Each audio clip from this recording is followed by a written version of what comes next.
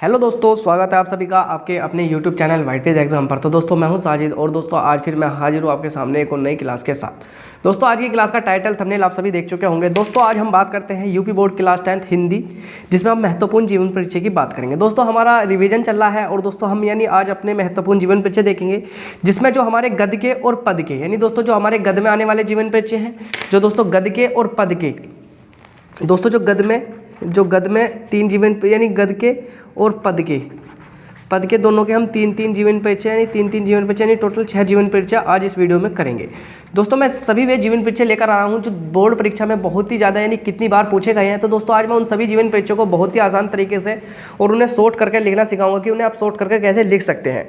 तो दोस्तों सभी जीवन परिचय महत्वपूर्ण जीवन परिचय आज होने वाले हैं। आज की क्लास में सभी जीवन परिचय महत्वपूर्ण है। दोस्तों सभी वे जीवन परिचय हैं जो पिछले 10 साल में पूछे गए बार बार रिपीट हो रहे हैं। दोस्तों मैं सभी वे जीवन परिचय लेकर आया हूँ। टारगेट 16 फरवरी 2023 दोस्तों हमारा 16 फरवरी को हम इस तरह से ही जीवन परिचय आपको बोर्ड परीक्षा में लिख आने हैं। जो आपको 16 फरवरी को जो आपकी बोर्ड एग्जाम होगा उसमें आपको इसी तरह से जीवन परिचय लिख आने हैं। 16 फरवरी को आग लगा दो गारंटी से। दोस्तों हम इसी तरह से तैयारी करते आ रहे हैं पिछले काफ़ी दिनों से तैयारी कर रहे हैं। तो दोस्तों अब हमारा रिवीजन चल रहा है। तो दोस्तों जो छात्र नए हैं दोस्तों वो हमारी रिवीजन की क्लास देखकर भी अपना पिछली जो भरपाइयों से पूर्ण कर सकते हैं। तो दोस्तों हम आज 16 फरवरी को पेपर होगा हमारा, आज हमारा 14 तारीख हो गया। दोस्तों 2 दिन बाद जो हमारा परसों पेपर है उसके लिए है गद्य और पद के 3 जीवन परिचय आज हम देखेंगे, गद्य और पद के 3 जीवन परिचय देखेंगे। तो दोस्तों शुरू करते हैं आज की अपनी क्लास। दोस्तों अच्छा यही जीवन परिचय 2023 बोर्ड परीक्षा में आएगा, मोस्ट इंपोर्टेंट जीवन परिचय होने वाला है दोस्तों। यही जीवन परिचय 2023 की बोर्ड परीक्षा में आएगा। दोस्तों सबसे पहले हम बात करते हैं आचार्य रामचंद्र शुक्ल जी की बात करेंगे। आचार्य रामचंद्र शुक्ल जी के बारे में बात करेंगे। दोस्तों आचार्य रामचंद्र शुक्ल जी का जन्म सन 1884 ईस्वी में हुआ था। तो दोस्तों ध्यान रखना आचार्य रामचंद्र शुक्ल जी का जन्म कब हुआ था, आचार्य रामचंद्र शुक्ल जी का जो जन्म है वो सन 1884 ईस्वी में हुआ था। तो दोस्तों ध्यान रखना आचार्य रामचंद्र शुक्ल जी का जन्म सन 1884 ईस्वी में हुआ। तो दोस्तों ध्यान रखना कि आचार्य रामचंद्र शुक्ल जी का जन्म सन 1884 ईस्वी में हुआ था। इनका जन्म बस्ती जिले के अगोना नामक ग्राम में हुआ था। दोस्तों ध्यान रखना है कि इनका जो जन्म था बस्ती जिले के अगोना नामक ग्राम में हुआ था। तो दोस्तों आचार्य रामचंद्र शुक्ल जी का जन्म सन 1884 ईस्वी में हुआ था। इनका जन्म बस्ती जिले के अगोना नामक ग्राम में हुआ था। इनके पिता का नाम चंद्रवली शुक्ल था। तो दोस्तों ध्यान रखना कि इनके पिताजी का नाम क्या था, इनके पिता का नाम चंद्रवली शुक्ल था। FA इंटरमीडिएट में आने पर इनकी शिक्षा बीच में ही छूट गई थी। तो दोस्तों इनकी शिक्षा कहाँ छूटी थी, FA इंटरमीडिएट में आने के बाद में। तो दोस्तों जब ये FA इंटरमीडिएट में आए तो इनकी शिक्षा क्या हुई, इनकी शिक्षा बीच में ही छूट गई थी। उन्होंने सरकारी नौकरी कर ली, किन्होंने कर ली दोस्तों, आचार्य रामचंद्र शुक्ल जी ने सरकारी नौकरी कर ली, इन्होंने सरकारी नौकरी कर ली, किंतु स्वाभिमान के कारण सरकारी नौकरी छोड़कर ये मिर्जापुर के मिशन स्कूल चलो में चित्रकला के अध्यापक हो गए। तो दोस्तों ध्यान रखना आचार्य रामचंद्र शुक्ल जी का जन्म सन 1884 ईस्वी में बस्ती जिले के अगोना नामक गांव में हुआ था। इनके पिताजी का नाम चंद्रवली शुक्ल था। FA इंटरमीडिएट में आने पर इनकी शिक्षा जो थी ना बीच में ही छूट गई। कहाँ, FA इंटरमीडिएट में आने पर इनकी शिक्षा बीच में ही छूट गई। इन्होंने सरकारी नौकरी कर ली, किंतु स्वाभिमान के कारण सरकारी नौकरी छोड़कर ये मिर्जापुर के मिशन स्कूल चलो में चित्रकला के अध्यापक हो गए। स्वाध्याय से इन्होंने हिंदी, अंग्रेजी, संस्कृत और बांग्ला, उर्दू, फारसी आदि कई भाषाओं का दोस्तों स्वाध्याय का मतलब दोस्तों इन्होंने मेहनत करने के बाद में हिंदी, अंग्रेजी, संस्कृत, बांग्ला, उर्दू, फारसी आदि कई भाषाओं का ज्ञान प्राप्त कर लिया। तो दोस्तों ध्यान रखना स्वाध्याय से इन्होंने हिंदी, अंग्रेजी, संस्कृत, बांग्ला और उर्दू, फारसी आदि कई भाषाओं का ज्ञान प्राप्त कर लिया। जीवन के अंतिम क्षणों तक साहित्य की साधना में संलग्न रहते हुए हिंदी का यह प्रखंड पंडित सन 1941 ईस्वी को स्वर्ग सिधार गए। तो दोस्तों ध्यान रखना अंतिम क्षणों में साहित्य की साधना में संलग्न रहे। हिंदी का यह प्रखंड पंडित सन 1941 ईस्वी को स्वर्ग सिधार गया। तो दोस्तों ध्यान रखना जन्म हुआ 1884 ईस्वी में और जो मृत्यु हुई थी वो 1941 ईस्वी में इनकी मृत्यु हुई थी। अब दोस्तों इनकी महत्वपूर्ण रचनाएं देख सकते हैं कि इनकी महत्वपूर्ण रचनाएं कौन कौन सी हो सकती है। चिंतामणि, विचार वीथी, रसमीमांसा और त्रिवेणी हिंदी साहित्य का इतिहास। तो दोस्तों ध्यान रखना आचार्य रामचंद्र शुक्ल जी की जो रचनाएं हैं चिंतामणि है, विचार वीथी है, रसमीमांसा है, त्रिवेणी है, हिंदी साहित्य का इतिहास, ये सभी क्या है आचार्य रामचंद्र शुक्ल जी की महत्वपूर्ण रचनाएं हैं। तो दोस्तों ध्यान रखना, आचार्य रामचंद्र शुक्ल जी का जो जन्म था, जो आचार्य रामचंद्र शुक्ल जी का जन्म था 1884 ईस्वी में हुआ था। इनका जन्म बस्ती जिले के गोना नामक ग्राम में हुआ था। इनके पिता का नाम चंदबली शुक्ल था। FA इंटरमीडिएट में आने पर इनकी शिक्षा बीच में ही छूट गई थी। इन्होंने सरकारी नौकरी कर ली, किंतु स्वाभिमान के कारण इन्होंने सरकारी नौकरी छोड़कर ये मिर्जापुर के मिशन स्कूल चलो में चित्रकला के अध्यापक हो गए। स्वाध्याय से इन्होंने हिंदी, अंग्रेजी, संस्कृत, बांग्ला, उर्दू, फारसी आदि कई भाषाओं का ज्ञान प्राप्त कर लिया। जीवन के अंतिम क्षणों तक साहित्य की साधना में संलग्न रहते हुए इन्होंने हिंदी का यह प्रखंड पंडित सन 1941 ईस्वी को स्वर्ग सिधार गया, यानी 1941 को क्या हुआ, इनकी मृत्यु हो गई थी। दोस्तों इनकी महत्वपूर्ण रचनाएं चिंतामणि, विचार विधि, रसमीमांसा, त्रिवेणी, हिंदी साहित्य का इतिहास इनकी महत्वपूर्ण रचनाएं, यानी चिंतामणि, विचार विधि, रसमीमांसा, त्रिवेणी और हिंदी साहित्य का इतिहास इनकी क्या है, इनकी सभी ये महत्वपूर्ण रचनाएं के अंदर आती हैं। अब दोस्तों देखते हैं हमारा जो दूसरा जीवन परिचय देखेंगे। अब दोस्तों देखेंगे हमारा दूसरा जीवन परिचय है जयशंकर प्रसाद जी। जयशंकर प्रसाद जी का दोस्तों हम जीवन परिचय देखेंगे तो 2023 बोर्ड परीक्षा में 101% आएगा, यानी जयशंकर प्रसाद जी का जीवन परिचय 2023 बोर्ड परीक्षा में 101% आने वाला है दोस्तों। तो दोस्तों 2023 बोर्ड परीक्षा वाले स्टूडेंट इस वीडियो को जरूर देखें। यानी दोस्तों जो छात्र 2023 में बोर्ड परीक्षा देंगे वो जीवन परिचय को जरूर पढ़ कर जाए। जयशंकर प्रसाद जी का जन्म काशी के एक सुप्रसिद्ध वैश्य परिवार में सन 1890 ईस्वी को हुआ था। तो दोस्तों ध्यान रखना, जयशंकर प्रसाद जी का जन्म, तो दोस्तों जयशंकर प्रसाद जी का जन्म काशी के एक सुप्रसिद्ध वैश्य परिवार में सन 1890 ईस्वी में हुआ था। तो दोस्तों हमें ध्यान रखना है कि जो जयशंकर प्रसाद जी का जन्म है वो कब हुआ था। तो दोस्तों आप सभी जानते हैं कि जो जयशंकर प्रसाद जी का जन्म है, जयशंकर प्रसाद जी का जन्म काशी के एक सुप्रसिद्ध वैश्य परिवार में सन 1884 ईस्वी में हुआ था। 1890 ईस्वी में हुआ था। काशी में इनका परिवार सुगनी साहू के नाम से प्रसिद्ध था। इसका यह कारण था कि इनके यहाँ पर तंबाकू का व्यापार होता था। तो दोस्तों ध्यान रखना कि जयशंकर प्रसाद जी का जन्म काशी के एक सुप्रसिद्ध वैश्य परिवार में सन 1890 ईस्वी में हुआ था। काशी में इनका परिवार सुगनी साहू के नाम से प्रसिद्ध था। इसका यह कारण था कि इनके यहाँ पर तंबाकू का व्यापार होता था। क्या? तंबाकू का व्यापार होता था। इनके दादा, किनके दादा, यानी जयशंकर प्रसाद जी के दादा, इनके दादा का नाम शिवरतन साहू व इनके पिता का नाम देवी प्रसाद साहू था। तो दोस्तों ध्यान रखना, यानी जो जयशंकर प्रसाद जी के दादा थे वो शिवरतन साहू व इनके पिता का नाम देवी प्रसाद साहू था। यानी देवी प्रसाद कौन थे? इनके पिताजी थे। जब ये छोटे थे तो इनकी माता की मृत्यु हो गई। यानी जब ये जयशंकर प्रसाद जी छोटे थे तो इनकी माता की मृत्यु हो गई। इनके पिता की मृत्यु हो गई थी। इनके पिता की मृत्यु के 4 साल बाद इनकी माता की भी मृत्यु हो गई। यानी दोस्तों पहले इनकी पिता की मृत्यु और उसके 4 साल बाद क्या हुआ, इनकी माता की भी मृत्यु हो गई। प्रसाद जी के पालन पोषण और शिक्षा दीक्षा का प्रबंधन इनके बड़े भाई शंभू रतन जी ने किया था। तो दोस्तों ध्यान रखना, प्रसाद जी के पालन पोषण और शिक्षा दीक्षा का प्रबंधन उनके बड़े भाई शंभू रतन जी ने किया था। तो दोस्तों ध्यान रखना, प्रसाद जी का पालन पोषण शिक्षा दीक्षा का प्रबंध जो क्या था, इनके बड़े भाई शंभू रतन साहू जी ने किया था। सन 1937 को जयशंकर प्रसाद जी की मृत्यु हो गई। सन 1937 को जयशंकर प्रसाद जी की मृत्यु हो गई। इनकी मृत्यु का कारण क्षय रोग, क्षय का मतलब दोस्तों जो होता है ना एक तरह से, यानी एक क्षय रोग होता है दोस्तों, वो था। दोस्तों इनकी रचनाएं देखते हैं, आंसू, कामायनी, लहर, झरना, तितली, कंकाल यानी इरावती। तो दोस्तों आंसू, कामायनी, लहर, झरना, तितली, कंकाल, इरावती इनकी महत्वपूर्ण रचनाएं के अंदर आती हैं। तो दोस्तों ध्यान रखना, एक बार और हम इसे देखेंगे, एक बार दोस्तों जल्दी से ऊपर से फेल लेंगे कि क्या है जयशंकर प्रसाद जी का जन्म। यानी जयशंकर प्रसाद जी का जन्म काशी के एक सुप्रसिद्ध वैश्य परिवार में सन 1890 ईस्वी में हुआ था। यानी जयशंकर प्रसाद जी का जन्म काशी के एक सुप्रसिद्ध वैश्य परिवार में सन 1890 ईस्वी में हुआ था। काशी में इनका परिवार सुगनी साहू के नाम से प्रसिद्ध था। जो काशी में जो इनका परिवार था किसके? सुगनी साहू के नाम से प्रसिद्ध था। इसका यह कारण था कि इनके यहाँ पर तंबाकू का व्यापार होता था। यानी जो जयशंकर प्रसाद जी का जो सुगनी साहू के नाम से प्रसिद्ध था, इसका यह कारण था कि इनके यहाँ पर तंबाकू का व्यापार होता है। क्या होता है? इनके यहाँ तंबाकू का व्यापार होता है। इनके दादा का नाम शिवरतन साहू है, पिता का नाम देवी प्रसाद साहू था। दोस्तों ध्यान रखना, इनके पिता का नाम क्या था?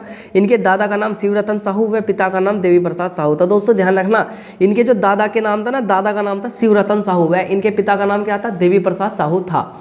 जब ये छोटे थे तो इनके पिता की मृत्यु हो गई थी। यानी जब ये छोटे थे तो जब इनके पिता की क्या हो गई थी? मृत्यु हो गई थी। इनके पिता की मृत्यु के 4 साल बाद, यानी जब जैसे इनके पिता की मृत्यु हुई उसके 4 साल बाद इनकी माता की भी मृत्यु हो गई, इनकी माता की भी मृत्यु हो गई। प्रसाद जी के पालन पोषण और शिक्षा दीक्षा का प्रबंधन इनके बड़े भाई शंभू रतन जी ने किया था। तो दोस्तों ध्यान रखना है, प्रसाद जी की शिक्षा दीक्षा सभी जो कार्य किए थे इनके बड़े भाई शंभू रतन साहू जी ने किए थे। तो दोस्तों ध्यान रखना, शंभू रतन साहू जी ने किए थे। इनकी सन 1937 ईस्वी को जैक शंकर प्रसाद जी की मृत्यु हो गई। इनकी मृत्यु का कारण क्षय रोग था। तो दोस्तों ध्यान रखना, सन 1937 ईस्वी को जयशंकर प्रसाद जी की मृत्यु हो गई। किसकी? जयशंकर प्रसाद जी की मृत्यु हो गई। कब हुई? सन 1937 ईस्वी को जयशंकर प्रसाद जी की मृत्यु हो गई। इनकी जो मृत्यु का जो कारण बताया गया था वो बताया गया था क्षय रोग। क्या? इनकी मृत्यु का जो कारण बताया गया था वो बताया गया था क्षय रोग। तो दोस्तों ध्यान रखना, यानी 1937 को इनकी क्या हो गई? मृत्यु हो गई थी। अब दोस्तों हम इनकी मृत्यु के बाद में हम इस तरह से रचनाएं करके लिख सकते हैं दोस्तों। रचनाएं कर जैसे आंसू होगी दोस्तों, आंसू ध्यान रखना, आंसू इनकी बहुत महत्वपूर्ण रचनाएं, आंसू, कामायनी, लहर, झरना, तितली, कंकाल, इरावती। आंसू, कामायनी, लहर, झरना, तितली, कंकाल, इरावती आदि इनकी बहुत ही महत्वपूर्ण रचनाओं के अंतर्गत आने वाली रचनाएं हैं। तो दोस्तों यानी हमारा जो जयशंकर प्रसाद जी का था दोस्तों, हमने जयशंकर प्रसाद जी का भी जीवन परिचय कवर कर लिया। और दोस्तों अब हम चलते हैं अपना तीसरे जीवन परिचय की तरफ। दोस्तों अब देखते हैं हमारा तीसरा जीवन परिचय। यूपी बोर्ड परीक्षा 2023 इंपॉर्टेंट वीडियो होने वाली है। कक्षा 10 हिंदी इंपॉर्टेंट जीवन परिचय, डॉक्टर भगवत शरण उपाध्याय। दोस्तों हम अब देखेंगे तीसरा जीवन परिचय, डॉक्टर भगवत शरण उपाध्याय का जीवन परिचय है दोस्तों। ये भी जीवन परिचय बहुत ही इंपॉर्टेंट होने वाला है, यानी जीवन परिचय बहुत इंपॉर्टेंट होने वाला है। यह जीवन परिचय 2023 बोर्ड परीक्षा में पूछा जाएगा, यानी दोस्तों यह वही जीवन परिचय जो 2023 बोर्ड परीक्षा में पूछा जाएगा। तो दोस्तों हमारे 3 हो गए, आचार्य रामचंद्र शुक्ल, जयशंकर प्रसाद और तीसरा भगवती शरण उपाध्याय जी का। अब हम इसे कवर कर लेंगे। 2023 बोर्ड परीक्षा वाले स्टूडेंट जरूर देखें, यानी 2023 में जो छात्र हैं वो इस वीडियो को जरूर देखें, क्योंकि दोस्तों इंपॉर्टेंट वीडियो होने वाली है। इस तरह पढ़ोगे टॉपर बन जाओगे। 95% प्लस स्कोर दोस्तों आप कर सकते हो अगर आप कंटिन्यू मेहनत करते हुए आ रहे हैं। अब दोस्तों देखते हैं डॉक्टर भगवत शरण उपाध्याय। डॉक्टर भगवत शरण उपाध्याय जी का जीवन परिचय देखते हैं कि इनका जीवन परिचय क्या है। इसके बारे में मैं आपको कंप्लीट डिटेल देने वाला हूँ। डॉक्टर भगवत शरण उपाध्याय जी का जन्म सन 1910 ईस्वी में बलिया यूपी जिले के उजारियापुर गांव में हुआ था। तो दोस्तों ध्यान रखना, डॉक्टर भगवत शरण उपाध्याय जी का जन्म सन 1910 ईस्वी में बलिया उत्तर प्रदेश के जिले के उजारियापुर गांव में हुआ था। तो दोस्तों सबसे पहले हमें किस चीज़ का ध्यान देना है, यानी सबसे पहले तो हमें उनका नाम लिखना, डॉक्टर भगवत शरण उपाध्याय लिख लिया। जी का जन्म, अब जन्म कब हुआ था? सबसे पहले मैं जन्म की तिथि नोट करी, सन 1910 में हुआ था। सन 1910 में किसका? डॉक्टर भगवत शरण उपाध्याय जी का जन्म हुआ था। यानी बलिया जो बलिया उत्तर प्रदेश है, बलिया उत्तर प्रदेश के जिले के यानी उत्तर प्रदेश तो राज्य है, बलिया जिला है, जिले का एक गांव है उजारियापुर गांव में हुआ था। तो दोस्तों ध्यान रखना, डॉक्टर भगवत शरण उपाध्याय जी का जन्म 1910 में बलिया उत्तर प्रदेश जिले के उजारियापुर गाँव में हुआ था। इनके पिता का नाम पंडित रघुनंदन उपाध्याय व माता महादेवी था। तो दोस्तों ध्यान रखना, इनके माता पिता के बारे में हम लिख सकते हैं कि इनके पिता का नाम पंडित रघुनंदन उपाध्याय व माता का नाम महादेवी था। इनकी माता का नाम क्या था? महादेवी था। अपनी प्रारंभिक शिक्षा समाप्त करने के पश्चात उपाध्याय जी काशी आए और यहीं से प्राचीन इतिहास में एमए किया था। तो दोस्तों ध्यान रखना, अपनी प्रारंभिक शिक्षा समाप्त करने के पश्चात, यानी जब इनकी प्रारंभिक शिक्षा समाप्त होगी उपाध्याय जी काशी आए, यानी काशी आए और यहीं से ही प्राचीन इतिहास में एमए किया था। किसमें? प्राचीन इतिहास में एमए किया था।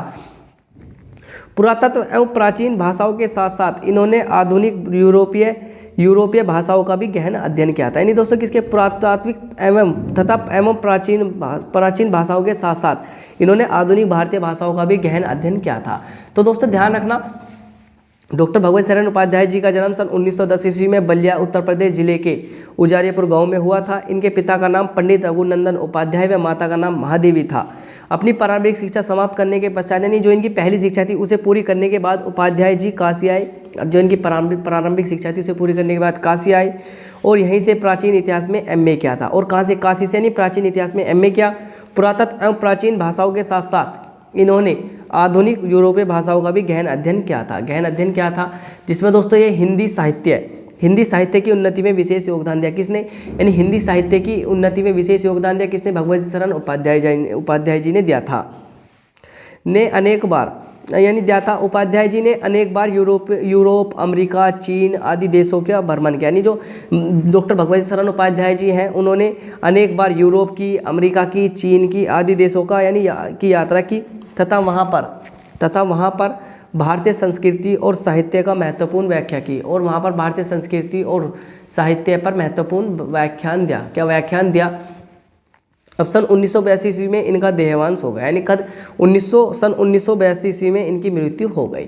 अब इनकी रचनाएं देख सकते हैं, सागर की लहरों पर, यानी जो सागर की लहरों पर है, साक्षी हो गया, इतिहास साक्षी, India in Kalidas, India in Kalidas. तो दोस्तों ये सब इनकी रचनाएं हैं, यानी सागर की लहरों पर, इतिहास साक्षी और दोस्तों इंडिया इन कालिदास, इनकी सभी महत्वपूर्ण रचनाओं के अंतर्गत आता है। तो दोस्तों ध्यान रखना कि डॉक्टर भगवती सरावण उपाध्याय जी का जन्म सन 1910 ईस्वी में बलिया जिले के उत्तर प्रदेश यानी बलिया जिले के उजारीपुर गांव में हुआ था। इनके पिता का नाम पंडित रघुनंदन उपाध्याय व माता का नाम महादेवी था। पंडित रघुनंदन उपाध्याय व माता का नाम महादेवी था। अपनी प्रारंभिक शिक्षा समाप्त करने के पश्चात उपाध्याय जी काशी आए, यानी जो इनकी प्रारंभिक शिक्षा थी उसे समाप्त करने के बाद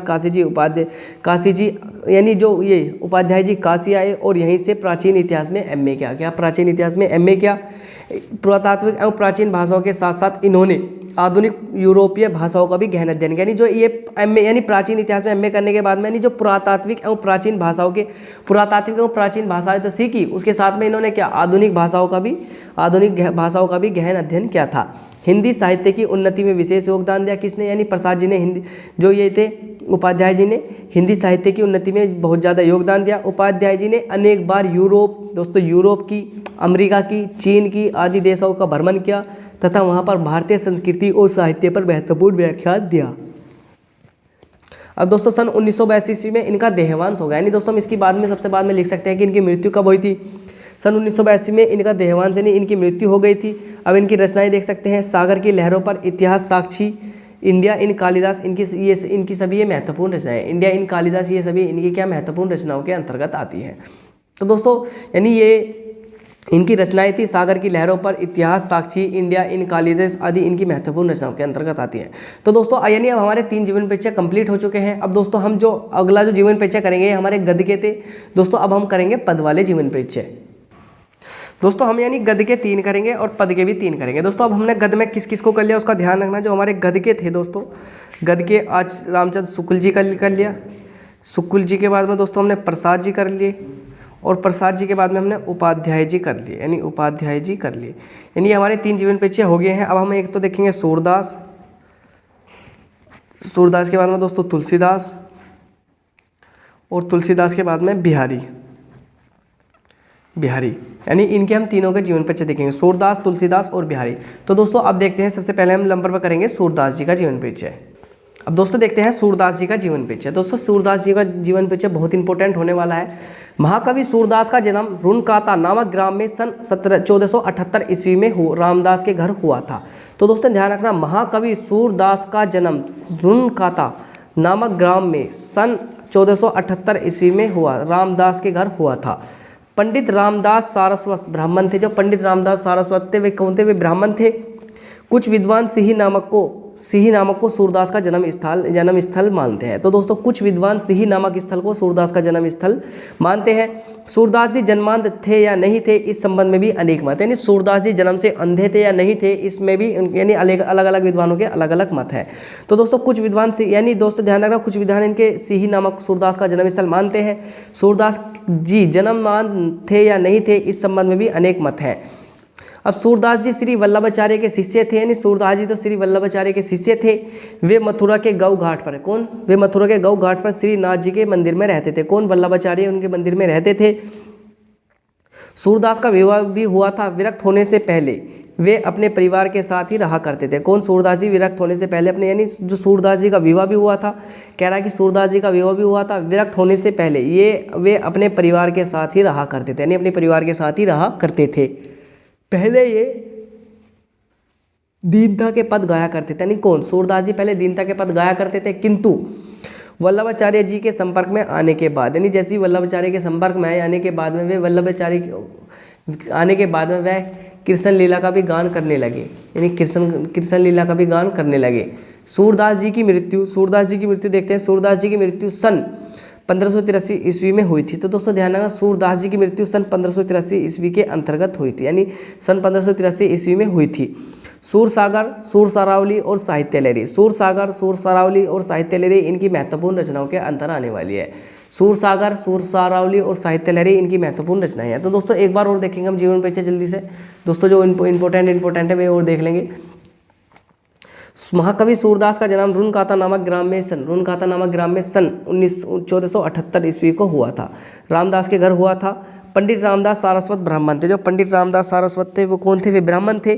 कुछ विद्वान सिही नामक को सूरदास का जन्म स्थल मानते हैं। नहीं दोस्तों, वैसे तो इनका जन्म रुनकाता नामक ग्राम में 1478 ईस्वी को हुआ था, लेकिन कुछ विद्वान होते हैं वो सूरदास का जन्म स्थल सिही नामक स्थल को सूरदास का जन्म स्थल मानते हैं।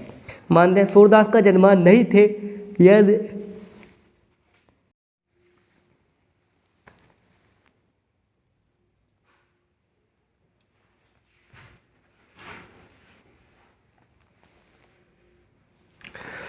सूरदास जी जन्मान थे या नहीं थे, इस संबंध में भी अनेक मत है। सूरदास जी जन्म से अंधे थे नहीं थे, इस संबंध में भी लोगों के अलग अलग मत थे। सूरदास जी श्री वल्लभाचार्य के शिष्य थे। वह सूरदास जी श्री वल्लभाचार्य जी के शिष्य थे। वे मथुरा के गौ घाट पर श्रीनाथ जी के मंदिर में रहते थे। यानी जो सूरदास जी थे वे श्री वल्लभाचार्य के शिष्य थे और यानी मथुरा के गौ घाट पर श्रीनाथ जी के मंदिर में रहते थे। सूरदास का विवाह भी हुआ था। नहीं जो सूरदास की जो शादी भी हुई थी, विरक्त होने से पहले वे अपने परिवार के साथ ही रहा करते थे। विरक्त होने से पहले अपने परिवार के साथ ही रहा करते थे। दोस्तों विरक्त होने से पहले अपने परिवार के साथ ही रहा करते थे। पहले दिन तक ये पद गाया करते थे, किंतु वल्लभाचार्य जी के संपर्क में आने के बाद में वह कृष्ण लीला का गान करने लगे। तो पहले दिन तक ये पद गाया करते थे, किंतु वल्लभाचार्य जी के संपर्क में आने के बाद में कृष्ण लीला का गान करने लगे। सूरदास जी की मृत्यु, जो सूरदास जी है दोस्तों, सूरदास जी की मृत्यु सन 1583 ईस्वी को हुई थी। कद 1583 ईस्वी को हो गई थी। अब इनकी रचनाएं लिख सकते हैं दोस्तों। सूरसागर, सूरसरावली, साहित्य लहरी इनकी महत्वपूर्ण रचनाएं हैं। सूरसागर, सूरसरावली और साहित्य लहरी इनकी महत्वपूर्ण रचनाएं हैं। दोस्तों यानी जो हमारा सूरदास जी वाला जीवन परिचय भी हमने बहुत अच्छी तरीके से कंप्लीट कर लिया है। अब दोस्तों हम चलते हैं हमारा अगला जीवन परिचय तुलसीदास जी का। दोस्तों गोस्वामी तुलसीदास जी के बारे में अब हम बात करेंगे। यानी गोस्वामी तुलसीदास कौन थे, इनका जीवन परिचय मैं आपको बिल्कुल कंप्लीट दे दूंगा। यानी तुलसीदास जी का जन्म, यानी गोस्वामी तुलसीदास जी के बारे में बात करेंगे तो गोस्वामी तुलसीदास जी का जन्म संवत 1554 या सन 1947 को हुआ था। यानी दोस्तों अगर हम संवत मानते हैं, यानी अगर हम इनका जन्म संवत मानते हैं तो कौन सा मानना पड़ेगा? 1554 ईस्वी को मानना पड़ेगा। और दोस्तों जो हम इनका जन्म सन में मानते हैं, जन्म सन में मानते हैं तो 1497 को मानना पड़ेगा। 1497 को मानना पड़ेगा। तो दोस्तों ध्यान रखना, तुलसीदास जी का जन्म यानी जन्म कब हुआ था? संवत 1554 को। जो संवत 1554 को हुआ, अगर हम सन में बात करते हैं सन 1497 ईस्वी को हुआ था। इनके जन्म स्थान के संबंध में भी पर्याप्त मतभेद है। नहीं जो इनका जन्म स्थल है उसके संबंध में भी बहुत सारे लोगों के मतभेद है। तुलसी चरित में इनका जन्म स्थल राजापुर बताया गया, जो कि उत्तर प्रदेश के बांदा जिले में एक गांव है। तो दोस्तों ध्यान रखना, जो तुलसी चरित में इनका जन्म स्थान राजापुर बताया गया है, जो कि उत्तर प्रदेश के बांदा जिले में एक गांव है। अब दोस्तों देखते हैं अगला पॉइंट देखते हैं कि अगला पॉइंट क्या महत्वपूर्ण होने वाला है। तुलसीदास के पिता का नाम आत्माराम दुबे तथा माता का नाम खुलसी था। जो इनकी तुलसीदास जी की पिता का नाम आत्माराम दुबे। तो दोस्तों ध्यान रखना, आत्माराम दुबे किसके पिताजी थे? तुलसीदास जी के पिता थे। यानी तुलसीदास जी के पिता का नाम आत्माराम दुबे व तथा माता का नाम हुलसी था। इनकी माता का नाम क्या था? हुलसी था। यानी दोस्तों इनकी माता ने इन्हें बालकल्य में ही त्याग दिया था। यानी जो इनकी माता जी थी उन्होंने जब ये छोटे से थे उसके बाद ही इन्हें त्याग दिया, इन्हें छोड़ दिया था। तुलसीदास का बचपन अनेक आपदाओं के बीच व्यतीत हुआ। यानी जो तुलसीदास जी का जो बचपन था वो अनेक आपदाओं के बीच में व्यतीत यानी कटा था।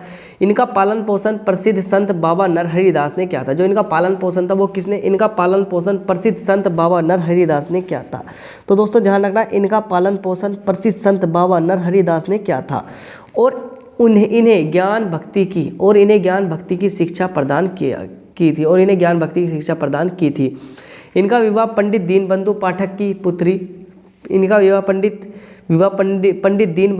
की पुत्री रत्नावली से हुआ था।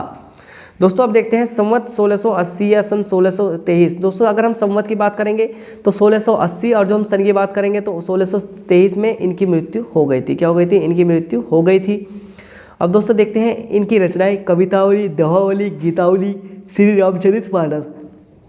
तो दोस्तों कवितावली, दोहावली, गीतावली और श्री रामचरितमानस इनकी महत्वपूर्ण रचनाओं के अंतर्गत आने वाला है।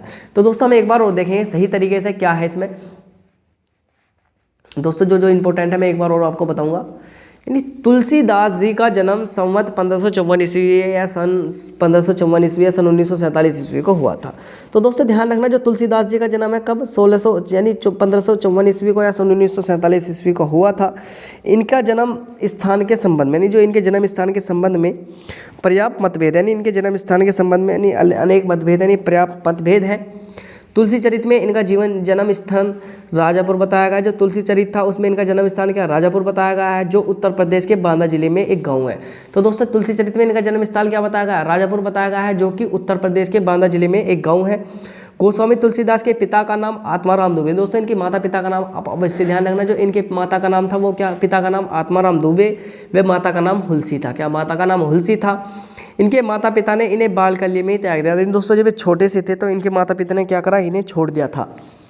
तुलसीदास का बचपन अनेक आपदाओं के बीच व्यतीत हुआ। जो तुलसीदास जी का जो बचपन था वो अनेक आपदाओं के बीच में व्यतीत यानी कटा, यानी अनेक आपदाओं के बीच में इनका जीवन जो था वो कटा था। इनका पालन पोषण प्रसिद्ध संत बाबा नरहरिदास ने किया था। जो इनका पालन पोषण था वो प्रसिद्ध संत बाबा नरहरिदास ने किया था। तो दोस्तों इनका पालन पोषण प्रसिद्ध संत बाबा नरहरिदास ने किया था और इन्हें ज्ञान भक्ति की शिक्षा प्रदान की थी। और इन्हें क्या ज्ञान भक्ति की शिक्षा प्रदान की थी। इनका विवाह पंडित दीनबंधु पाठक की पुत्री रत्नावली के साथ हुआ था। दोस्तों ध्यान रखना, इनका विवाह किसके साथ, पंडित दीनबंधु की पुत्री रत्नावली से हुआ था, रत्नावली के साथ हुआ था। तो दोस्तों ध्यान रखना, तुलसीदास जी का जो विवाह है वो पंडित दीनबंधु की पुत्री यानी पंडित दीनबंधु की पुत्री के यानी रत्नावली से हुआ था। अब दोस्तों यानी संवत 1680 या सन 1623 ईस्वी को इनकी मृत्यु हो गई। किसकी, यानी तुलसीदास जी की। जो अगर हम संवत लगाएंगे तो 1680 और जो हम सन लगाएंगे तो 1623 ईस्वी को इनकी मृत्यु हो गई थी। अब दोस्तों इनकी रचनाएं हम लिख सकते हैं। इनकी रचनाएं कवितावली, दोहावली, गीतावली, कवितावली, दोहावली और गीतावली इनकी महत्वपूर्ण रचनाएं हैं। कौन कौन सी, कवितावली, दोहावली और गीतावली इनकी महत्वपूर्ण रचनाएं हैं। रामचरितमानस भी इनकी एक महत्वपूर्ण रचनाओं के अंतर्गत आने वाली है। कवितावली, दोहावली, गीतावली और यानी रामचरितमानस इनकी महत्वपूर्ण रचनाएं हैं। तो दोस्तों ध्यान रखना, हमें इनका टाइम पीरियड जरूर ध्यान रखना है कि जो तुलसीदास जी का जन्म है 1497 ईस्वी में हुआ था और ये 1623 ईस्वी में ख़त्म हो गए, यानी इनकी डेथ हो गई थी। इनकी महत्वपूर्ण रचनाएं के बारे में हम बता सकते हैं कि तो कवितावली, दोहावली, गीतावली और श्री रामचरितमानस इनकी महत्वपूर्ण रचनाएं हैं। किनकी, तुलसीदास जी की। दोस्तों अब हमारे ये लगभग 5 हो गए हैं। अब हमारा एक अंतिम जीवन परिचय और बचा है। अब दोस्तों हम उस जीवन परिचय को और कंप्लीट करेंगे। अब दोस्तों हम देखते हैं अपना लास्ट जीवन परिचय बिहारी लाल के जीवन परिचय को देखेंगे। तो दोस्तों टॉपर इसी तरह लिखते हैं जीवन परिचय। दोस्तों अगर आप इस तरह जीवन परिचय लिखेंगे तो आपको 3 से 3 नंबर मिलने वाले हैं जीवन परिचय के। दोस्तों बिहारी का जन्म सन 1623 ईस्वी ग्वालियर मध्य प्रदेश में बसुआ गोविंदपुर गांव में माना जाता है। तो दोस्तों ध्यान रखना, हमें सबसे पहले ध्यान रखना कि बिहारी का जन्म कहाँ हुआ था। बिहारी का जन्म सन 1603 ईस्वी में ग्वालियर मध्य प्रदेश के पास बसुआ गोविंदपुर गांव में माना जाता है। गोविंदपुर गांव में हुआ था या माना जाता नहीं, हुआ था। तो दोस्तों ध्यान रखना कि बिहारी का जन्म सन 1603 ईस्वी में ग्वालियर मध्य प्रदेश के बसुआ गोविंदपुर गांव में माना जाता है। इनके पिता का नाम केशव राय चौबे था। यानी जो इनके पिता का नाम था क्या, इनके पिता का नाम केशव राय चौबे था। तो दोस्तों ध्यान रखना कि इनके पिता का नाम क्या था, इनके पिता का नाम केशव राय चौबे था। बचपन में ही अपने पिता के साथ ग्वालियर से ओरछा नगर आ गए थे। यानी बचपन में ही इन्होंने क्या करा था, अपने पिता के साथ ग्वालियर से कहाँ, ओरछा नगर आ गए थे। बचपन में ही अपने पिता के साथ ग्वालियर से ओरछा नगर आ गए थे। यहाँ पर बिहारी के ने आचार्य केशवदास के साथ यानी यहाँ पर ही बिहारी ने आचार्य केशवदास के पास काव्य शास्त्र की शिक्षा प्राप्त की। कुछ ही समय में वे काव्य शास्त्र में पारंगत हो गए थे। बिहारी को अपने जीवन में जितने कटु अनुभव प्राप्त हुए उतने शायद ही हिंदी साहित्य के किसी अन्य कवि को प्राप्त हुए। तो दोस्तों ध्यान रखना, यानी जैसे ही ये बचपन में ही अपने पिता के साथ ग्वालियर से ओरछा नगर आ गए थे, यहाँ पर बिहारी ने आचार्य केशवदास के पास काव्य शास्त्र की शिक्षा प्राप्त की। किसी काव्य शास्त्र की शिक्षा प्राप्त की।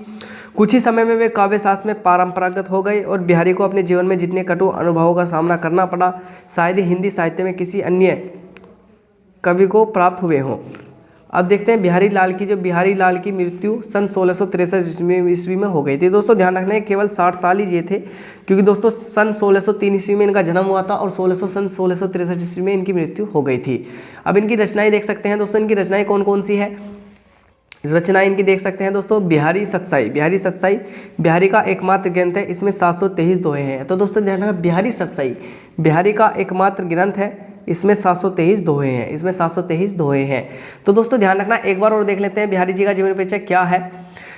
बिहारी का जन्म सन 1603 ईस्वी में ग्वालियर मध्य प्रदेश के बसवा गोविंदपुर गांव में माना जाता है। तो बिहारी का जन्म कहाँ, 1603 ईस्वी में ग्वालियर मध्य प्रदेश के बसवा गोविंदपुर गांव में माना जाता है। इनके पिता का नाम केशव राय चौबे था, जो इनके पिता थे वे केशव राय चौबे थे। बचपन में ही अपने पिता के साथ ग्वालियर से ओरछानगर आ गए थे। तो दोस्तों ध्यान रखना, बचपन में ही ग्वालियर से ओरछानगर आ गए थे। यहाँ पर बिहारी ने आचार्य केशवदास के पास काव्य शास्त्र की शिक्षा प्राप्त की। यानी किस पर, यहाँ पर आचार्य केशवदास के पास यानी काव्य शास्त्र की शिक्षा प्राप्त की। कुछ ही समय में यह काव्य शास्त्र में परंपरागत होने लगे। बिहारी अपने जीवन को जितने कटु अनुभव प्राप्त हुए हैं, उतने ही शायद हिंदी साहित्य के किसी अन्य कवि को प्राप्त हुए हैं। बिहारी लाल की मृत्यु 1663 ईस्वी में हो गई थी। बिहारी लाल जी की मृत्यु 1663 ईस्वी में हो गई थी। अब देखते हैं इनकी रचनाएं कौन कौन सी है। बिहारी सत्साई बिहारी का एकमात्र ग्रंथ है, इसमें 723 दोहे हैं। तो दोस्तों ध्यान रखना, बिहारी सत्साई बिहारी का एकमात्र ग्रंथ है, इसमें 723 दोहे हैं। इसमें क्या है, इसमें 723 दोहे हैं। तो दोस्तों यानी इसमें 723 दोहे हैं। तो दोस्तों यानी जो हमारे गद्य और पद्य के दोनों, जो मैंने आपसे जीवन परिचय का वादा करा था दोस्तों, मैंने आपको सारे जीवन परिचय करा दिए। अब दोस्तों आपकी जिम्मेदारी है कि आप ये जो जीवन परिचय है, इन सभी जीवन परिचयों को बोर्ड परीक्षा में छाप का, यानी बोर्ड परीक्षा के लिए इन्हें ऐसा कंफर्म कर ले कि आपके बोर्ड में अगर ये आए तो आपका नंबर नहीं कटे। दोस्तों ये गारंटी भी है कि इनसे बाहर जीवन परिचय नहीं जाने वाला, आपको इनमें से ही एक ना एक जीवन परिचय मिल जाएगा। तो दोस्तों यह महत्वपूर्ण जीवन परिचय की क्लास थी, और दोस्तों इसी तरह मेहनत करते रहिए। और अब हम अपनी जो आगे क्लास आएगी दोस्तों, वो हमारी 20 नंबर की क्लास होने वाली है। तो दोस्तों मिलते हैं और किसी वीडियो में, तब तक वीडियो देखने के लिए आप सभी दोस्तों का दिल से धन्यवाद। दोस्तों जो कक्षा 10 में है और दोस्तों उनके छात्रों के पास इस वीडियो को जरूर शेयर करें। तो दोस्तों मिलते हैं अगली वीडियो में।